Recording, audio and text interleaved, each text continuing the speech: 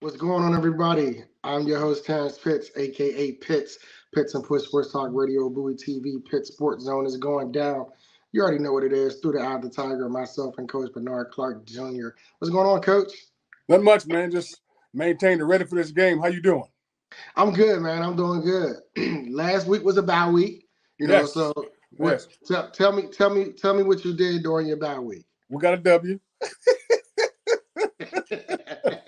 Let's go 1-0. That's it. Now. That's the first thing we did. Now, actually, it's crazy you said that. Last week, the word of the week was opportunity, and I wanted them to take full advantage of the opportunity of getting better. Not having an opponent, but learning how to practice better, putting themselves in position to make some things happen. We had a scout scrimmage, where the young guys, scrimmage on Friday. So they got to get after it a little bit for about 25 plays, and we could see where they're at as far as their progression goes. But most important thing was, like I said, guys were taking advantage of opportunities. Some guys were injured, some guys were down. So some guys stepped up and shows what they can do. So they're going to get a little more playing time this week. So during the bye week, and you guys practice, how often can you practice during the bye week? You can practice because it's still 20 hours, and you technically don't have a game on Saturday. So what we do is, like, after our game on Saturday, that Sunday we're off, that Monday we're off, then that Tuesday we get together, we watch the film, we practice that Wednesday and that Thursday, and then we practice that Friday morning. Then I give them Saturday and Sunday off, and then we back on Monday. So just wanted to make sure they're resting their bodies, especially some of the guys who were banged up. We had some offensive linemen that needed a little bit of healing and stuff like that. Noah got a banged up shoulder, so Noah was able to take care of his shoulder. And so some guys were banged up, but able to get back into it. And like I said, we had an opportunity to see some of the young guys and see what they're capable of doing, see if they can learn the defense and how fast they can learn it. So last week's word of the week was opportunity. Yes. And, just to go back a little bit, we were talking about basically coming off the previous week where you guys played Eastern Kentucky. Mm-hmm. And things didn't go as planned. So, last week was a bad week. Your wow was opportunity. Wow, for those who may not be familiar with the saying, is word of the week. Coach Bernard Clark often and weekly has a different word of the week to challenge, educate, and implement mental, physical, emotional, psychological studies in regards to the game as they prepare for their next and upcoming opponent, despite the previous week's win-loss column. Do you carry over that wow to this week as well, or do you have a different wow? No, we got a new one. We got a new one this week because, like I said, we want them to take advantage of that opportunity, the opportunity of being off, letting their body heal and take care of that. The word of the week this week is responsibility. And the reason I chose that word, because there are different definitions in the book, but the one that jumped out at me was responsibility. To take an opportunity, to use what you've learned, been asked to do, and implement it without having authorization. In other words, what I'm trying to tell our guys, we've taught you how to do something. We've coached you how to do something. We shouldn't have to continuously tell you over and over and over. At some point, you got to learn it. You got to implement it. And it's your responsibility to get it done on the field. It goes back to all the words we used before, mindset, instructions, all those things that have jumped out at us. But in this situation here, it's your responsibility to take care of that. And I used a scene from the movie Ray. And I don't know if you remember the scene or not from the movie Ray. It's a scene where, he's sitting down at the piano, he's playing country music, and people are like, they want to hear this, they want to hear this. And the gentleman in the back says, hey, lower the lights. And when the lights lowered, everybody calmed down. And after the show was over, Ray was like, why did you lower the lights? And the guy said, because it needed to be done. And the reason he said that, because it was his responsibility to make sure that show went off without a glitch, that everybody was under control. So he didn't need to be told what to do. Ray was saying, what Ray Charles said, I like to hear that people say it needed to be done, it's not my job. Right. And so when you talk about people's responsibility, that's what I was telling our guys today. I said, look, it doesn't matter what your job is. Your responsibility is to take care of this and make sure we handle this and handle our business and implement the things you've been coached to do, you've been taught to do, and you have the talent to do. So let's go take care of those things and get it done. And when you say, I've heard that phrase is not my job, and particularly in the sporting atmosphere, when it comes to the title leader, right? Mm-hmm. And what are your thoughts about when you hear football players or Well, let's just stick with football. What are your thoughts when you hear football players, especially a football player that is deemed a captain of a football team that will say, well, it's not my job to help and make sure that you guys, or it's not my job to do this. Well, if you're a part of a team, it's your job to help us win the football game. That's the most important thing. The thing that drives me crazy when a guy said, I did my job. That's what drives me nuts when a guy says, I did my job. And like, what people don't understand is this is the ultimate team sport. Nobody can do anything without the other person. Like the Yeah, one thing that drives me crazy, if a DB gets beat deep for a pass and a defensive lineman opens his mouth to say that, because the first thing I say to him is, well, you sacked the quarterback. We ain't got to worry about that. So everybody's a part of this. So anybody that says that to me, no, you're a part of the team. So everything is your job. You got to make sure everybody yeah, understands we're all in this to win. So whatever it takes for us to win the football game, that's your job. And that's what guys have to understand. And the thing about leadership is it's so crazy. Pitts, I'm sure you've heard this before. Everybody wants to be in charge, but everybody don't want to lead. Everybody wants to be in charge, but not everybody wants to lead, because with leadership comes responsibility. There's yeah, certain things you got to be responsible for. You got to be responsible for certain people and certain things that happen. So everybody doesn't want that burden of being a leader, but they do want the authority to be in charge. And so that's the yeah. big thing more than anything else. You got to make people understand the difference between the two. And not only that, they want to be in charge, but they don't really want, word of the week, the real responsibility that come along with it. You Absolutely. know, they don't want the entire thing. They just want the pieces that make them feel that they have some sort of power. Right. Right. And that's why, I always tell people, I don't know if Brady is the greatest of all time. That's irrelevant to me. But what is relevant to me is the way the man's mind works. And the man's mind works about winning football games. It doesn't work about me being the best or me doing this. Everybody knows that Tom Brady was never the highest paid quarterback in the NFL when he played, even though he should have been. But he never was, because the most important thing to him was winning Winning. Super Bowls. Had nothing to do with else. And he even said it the other day when people were talking about having fun in the game and stuff like that. He said, if I want to have fun, I go to Disney World with my son. He said, stress to me is not winning a Super Bowl. That's what stress is to me. So when you have that kind of mindset, a team mindset about winning the Super Bowl, not about going to the Pro Bowl, not about getting the most yards, not about getting the highest paid, when your Right. mindset's based on the team, there's no, that's not my job. No, that ain't Right. how it works. It's whatever I need to do to help the team win. That's my job. So Right. So let's talk about last week. How important is it for you as a coach when your team is in a bye week and you see initiative and effort from your players without being asked or told by players? I think that's extremely important. I mean, and once they understand what the bye week's all about, once they understand that I have to get better this week, I have to be more focused, even though we don't have a game. I still need to be in tune with what the game plan is going to be come next week. And they did a good job of that last week. That was the thing they were about. They were more in tune than they've been in a long time, just paying attention to what's going on in meetings on the football field. And it's coming off of a loss, so that's even more critical, because they're like, okay. And the thing about that game at EKU, we played hard. The score was 10-7 at halftime, and could have easily been us up 14-10, because we got the ball on the 15-yard line and we got two penalties back to back that pushed us back to the 30. So it was a situation where we hurt ourselves in that situation. We could have been up, by 4 points, and supposed to be down by 3. And then we Right. come out in the second half and we poor tackling, bad execution.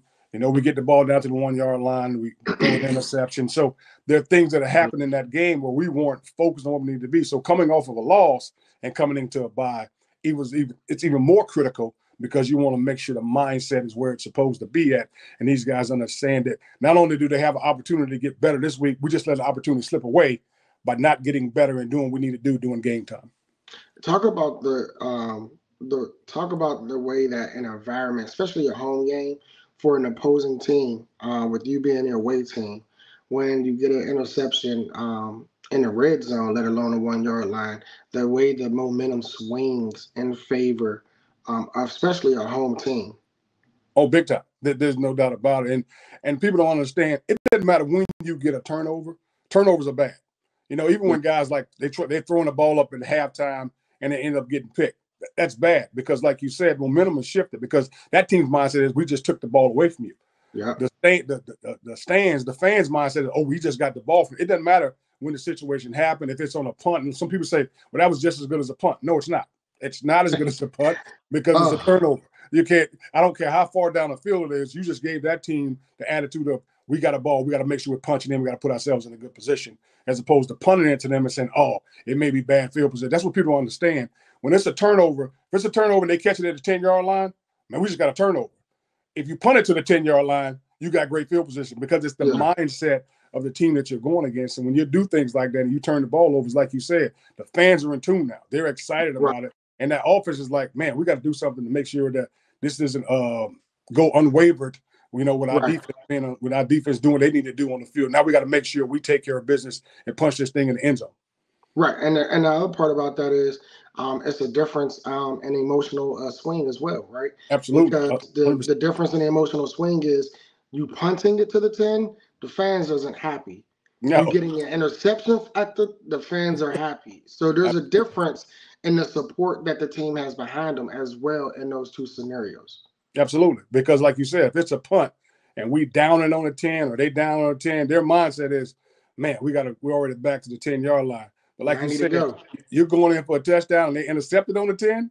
Oh, we just got to pick. We can take this thing to the house. So like you said, it's totally different. Again, the opportunity of thinking we just got it on the 10 or they just downed it on the 10. Totally two different things. Now it's your responsibility as a team to go out there and capitalize on that. So when we made that big mistake, and like I said, we made a bunch of mistakes in the second half that ended up costing us the game, but a lot of them was, turnover and, missed tackles and things that drive me nuts. And, again, they were a great football team. Don't get me wrong. Eastern Kentucky was a great football team, but it's a situation where we couldn't make the mistakes we made and expect to stay in the football game because they were a good football team.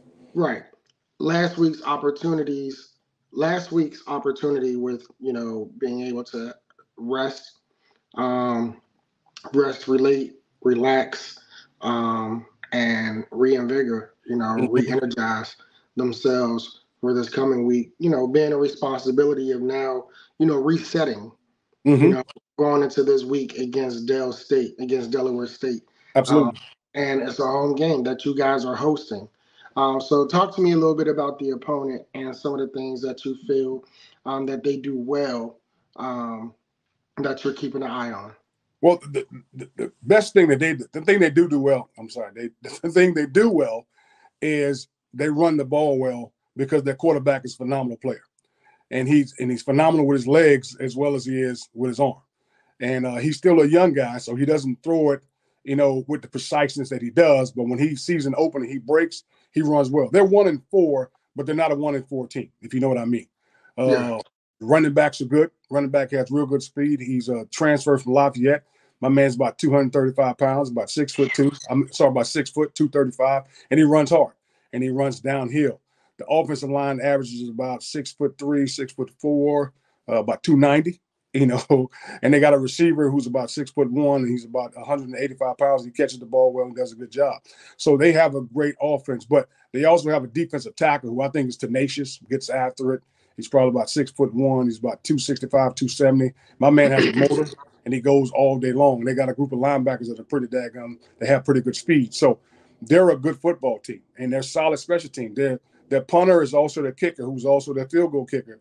Wow. And the guy does a great job. He kicks the ball deep. I think he has like 4 or 5 touchbacks. He averages 41 yards on a punt, and I think he's 3 for 7 on his field goals. But there've been some long field goals that he's missed, not short ones. So they're a good football team.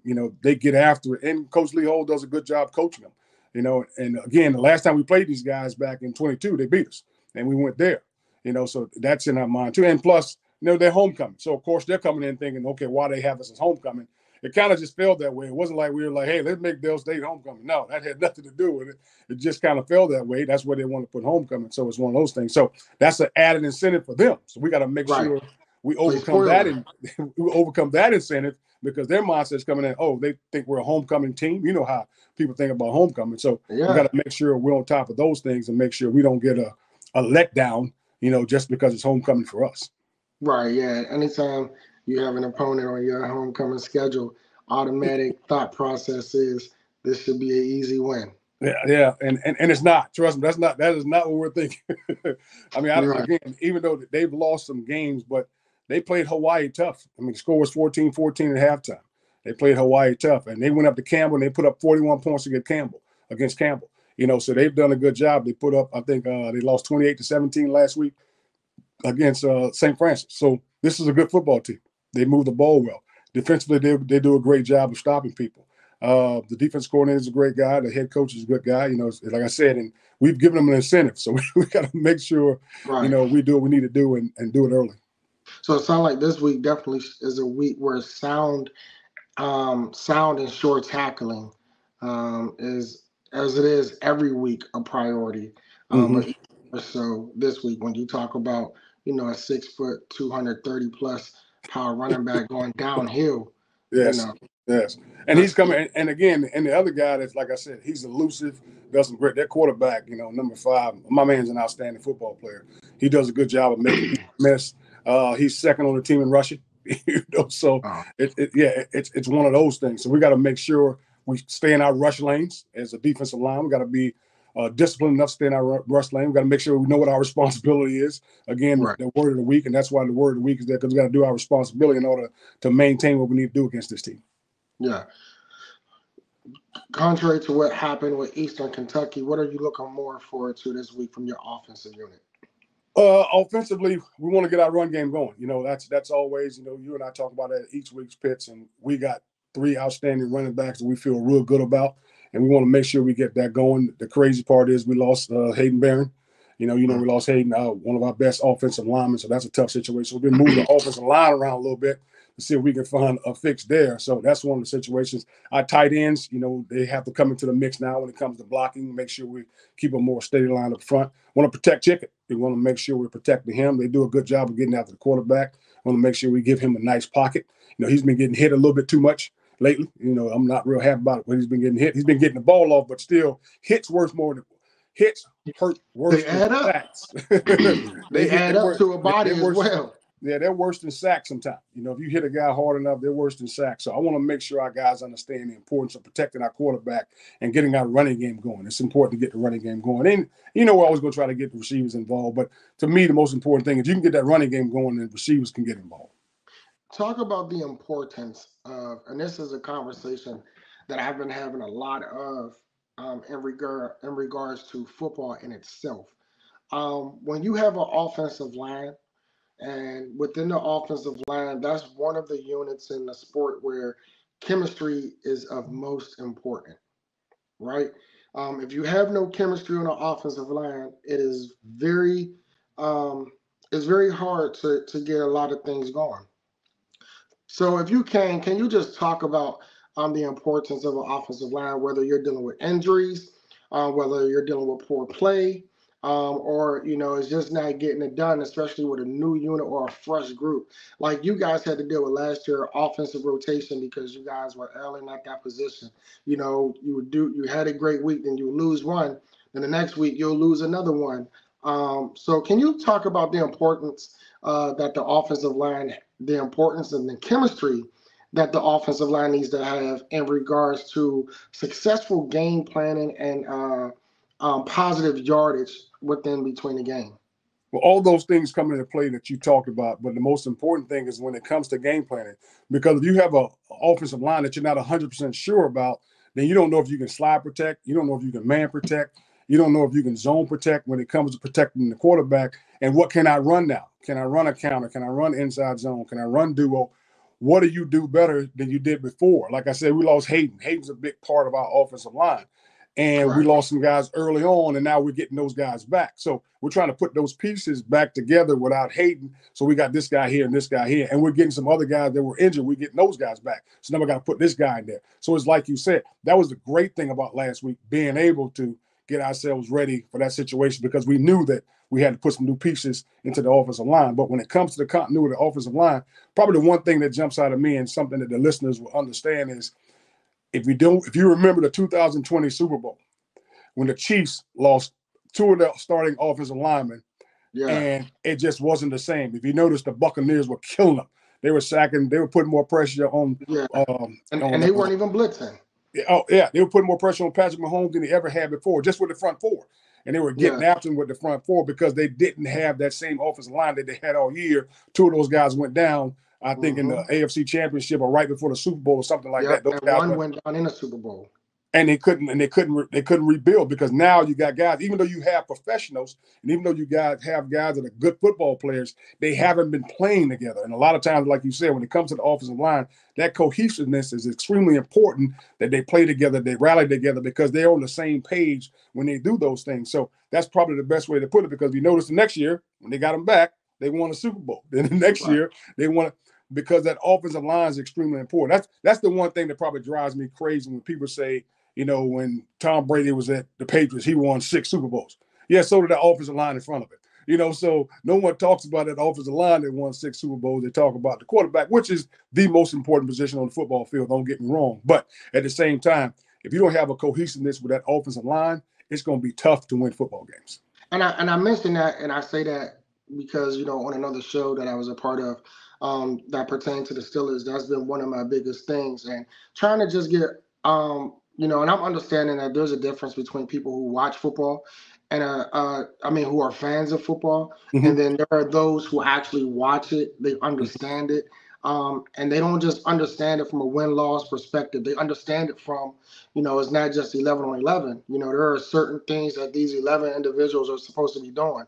And when you have 5 of them who are they are the fence, they are the wall from you getting to the treasure, and they have no continuity or they have no chemistry, then you're kind of like in a recipe for like, it's like with the potluck. You don't know what you're gonna get.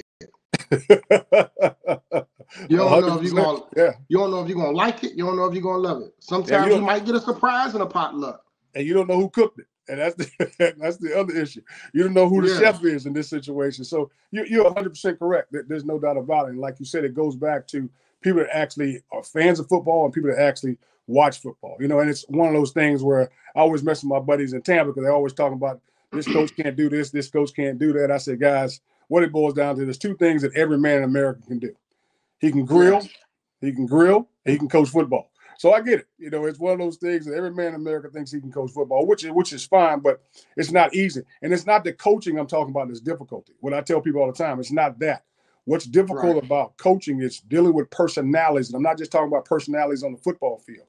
I'm talking about the players. I'm talking about the coaches. I'm talking about the trainers. I'm talking about the equipment guy. I'm talking about the strength and conditioning coach. And you're trying to get all these personalities to come together and have the same mindset of what you need to do in order to win this football game. That's the difficulties of a head coach. It's not about the X's and the O's. It's about managing the Jimmys and the Joes, which people always say. And that's what it's about. That's what people, it goes back to exactly what you said. As a coach, what 5 guys do I need to put on that offensive line that are going to give the quarterback the best protection, that's going to block the best for the running game, that's going to make sure we can get the routes run that we need to have run. And at the same time, they got to be able to communicate and let each other know who's blitzing, who's not blitzing. We're picking up these 5. We got to make sure the running backs go get the 6th guy. So that's a lot of talking, a lot of communication between 5 guys that has to happen. And it's extremely important. So when people don't understand it and they're just seeing the wins and losses, it's like, no, it's not just about that. There's some other things that are going on that have to be taken care of. And you see why some teams are extremely successful and some right, teams aren't as successful. right. And so we get back to this week. Definitely looking for a fast start. You're home. It's homecoming. If given the opportunity, are we receiving or are we putting the defense on the field? We're probably going to receive the ball. And the reason I want to receive the ball because I think their offense is dynamic. I really do. I'm not saying we're going to run the ball down the defense's throat. I'm not saying that. But what I'm saying is I think their offense is dynamic. And I think if we can keep them off, the longer we can keep them off the field, the more comfortable I feel about some things. And the more we can generate a running game early, I think that's extremely important. So that's kind of the way we're leaning right now. And again, I can wake up on Saturday morning and be like, nah, I want to put the defense out there first and see if they can stop them. So the way I'm leaning right now, it'll be the offense on the field first, trying to make sure we can make some things come. But again, they're going to call the coin toss, so they may be thinking the same way I'm thinking that, hey, Right. put our offense out there. Let's see if we can get some points early, get up on them and go from there. So it's one of them situations. But my mindset right now is offense first. And last thing before I let you go, Coach, is that One thing before I let you go, how is mom's in Florida? Man, she's good, man. Thanks for asking. The family is good, man. You have no idea. This morning, man, Pitts, I woke up. I was freaking I was in tears, man, because I was so happy that her and my family were safe, man. I was like thanking God all morning on the phone. My wife crying. She's like, "You all right?" I said, "I'm just thanking God that my family's okay. My family's excited. They're excited about what's going on. No structural damages to the houses that my family lives Good. in. So that's a great thing. Small minor things, trees down and stuff like that, but nothing major. And my wife's family also, because she's in Florida. Her family's in Okay. Florida also. So things are good there. So thanks for asking. Lastly, hey, I know what Pittsburgh weather is. Tell me, is it getting cold yet? It's chilly.